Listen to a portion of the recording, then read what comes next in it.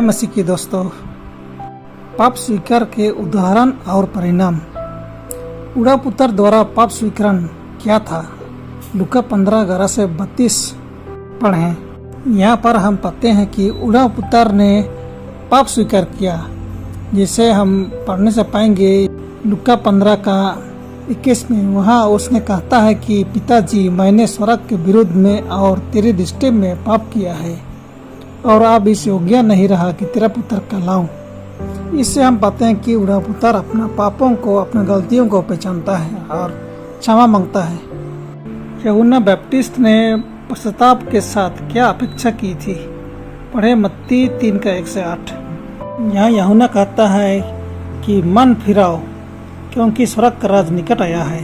तो दोस्तों, यहाँ जो यूहन्ना बैप्टिस्ट ने पश्चाताप के साथ लोगों को मन फिराने का और पाप से फिरने का आग्रह करता है, फिर बपतिस्मा लेने को कहता है। फिर हम दाऊद का पाप स्वीकरण को हम पाते हैं भजन संहिता 51 पढ़ने से पाएंगे। आप बाइबल खोल के आप पढ़ लीजिएगा।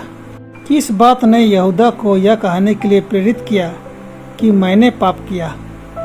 उद्धारकर्ता ने अपने विश्वासघाती को गाली नहीं दिया। वह जानता था कि यहूदा ने पश्चाताप नहीं किया। उसकी पाप स्वीकार उसकी दोषी आत्मा से निंदा की भयानक भावना और न्याय की तलाश से प्रेरित थी। हमें कितने निश्चित होना चाहिए हमारा पाप स्वीकरण के लिए? पढ़े व्यवस्था 5:5। और जब वह इन बातों में से किसी भी बात में दोषी हो, तब जिस विषय में उसने पाप किया हो वह उसको मान ले। हमें पाप को परमेश्वर से छिपाने की कोशिश क्यों नहीं करनी चाहिए? पढ़े गिनती 32:23। और यदि तुम ऐसा न करो तो यहोवा के विरुद्ध पापी ठहरोगे और जान रखो कि तुमको तुम्हारा पाप लगेगा। नीति वचन 28:13-14। जो अपने अपराध छिपा रखता है उसका कार्य सफल नहीं होता, परंतु जो उनको मान लेता और छोड़ भी देता है उस पर दया की जाएगी। जो मनुष्य निरंतर प्रभु का भय मानता रहता है वह धन्य है, परंतु जो अपना मन कठोर कर लेता है वह विपत्ति में पड़ता है। इब्रानियों 4:13। और सृष्टि की कोई वस्तु परमेश्वर से छिपी नहीं है, वरन जिसे हमें लेखा देना है उसकी आंखों के सामने सब वस्तुएं खुली और प्रकट हैं। अंगीकार के अलावा परमेश्वर ने इस्राएल से क्या करने को कहा? पढ़े व्यवस्था 6:1-7।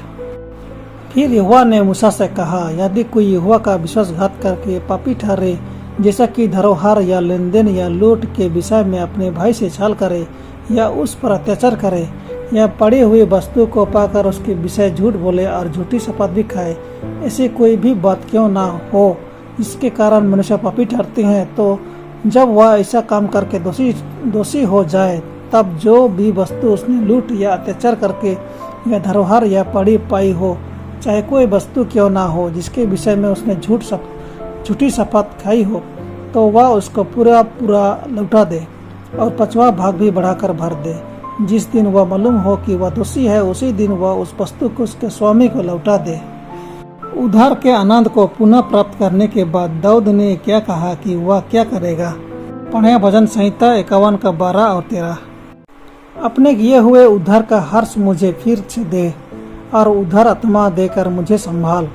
जब मैं अपराधी को तेरा मार्ग सिखाऊंगा और पापी तेरी ओर फिरेंगे। स्वर्ग में क्या प्रतिक्रिया होती है जब एक पापी परमेश्वर के ओर मुड़ता है? लूका 15:7 और 10 को देखें। मैं तुमसे कहता हूँ कि इसी रीति से एक मन फिराने वाले पापी के विषय में भी स्वर्ग में इतना ही आनंद होगा जितना कि 99 ऐसी धर्मियों के विषय नहीं होता जिन्हें मन फिराने की आवश्यकता नहीं। मैं तुमसे कहता हूँ कि इसी रीति से एक मन फिराने वाले पापी के विषय में परमेश्वर के स्वर्गदूतों के सामने आनंद होता है।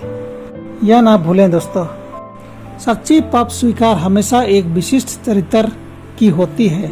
वे इस प्रकार के हो सकते हैं कि उन्हें केवल ईश्वर के समक्ष ही लाया जाए।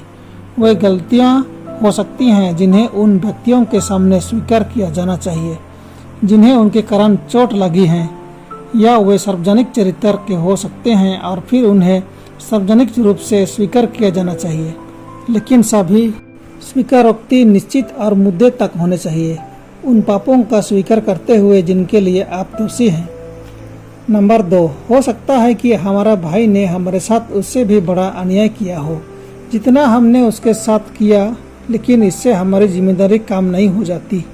यदि हम परमेश्वर के सामने आते हैं तो हमें याद आता है कि दूसरे के मन में हमारे विरुद्ध कुछ भी है, तो हमें प्रार्थना, धन्यवाद, स्वेच्छावली का अपना उपहार छोड़ देना चाहिए और उस भाई के पास जाना चाहिए जिसके पास हमारा मतभेद है, और विनम्रता पूर्वक अपने पापों को स्वीकार करना चाहिए और क्षमा करने के लिए कहें। नंबर 3, हमें यह नहीं सोचना चाहिए कि जब तक हमें चोट पहुंचाने वाले लोग गलती स्वीकार नहीं कर लेते तब तक हमारा उनसे क्षमा देना उचित नहीं है। निसंदेह पश्चाताप और स्वीकारोक्ति द्वारा अपने दिलों को नम्र करना उनका हिस्सा है, लेकिन हमें उन लोगों के प्रति करुणा की भावना रखनी है जिन्होंने हमारे खिलाफ अपराध किया है, चाहे वे अपनी गलती स्वीकार करें या नहीं। नंबर 4, जब तक वह गलत काम करने वाला पवित्र आत्मा की दोषी ठहराने वाली शक्ति के आगे नहीं झुकता, वह अपने पाप के प्रति आंशिक रूप से अंधा बना रहता है। उनकी स्वीकारोक्ति ईमानदार और सच्ची नहीं है। अपने अपराध की हर स्वीकारोक्ति के साथ वह अपने आचरण के बहाने माफी मांगता है, यह घोषणा करते हुए कि यदि यह कुछ विशेष परिस्थितियों के लिए नहीं होता तो उसने यह वह नहीं किया होता जिसके लिए उसे डांटा जाता है। परमेश्वर सबको आशीष करे। आमीन।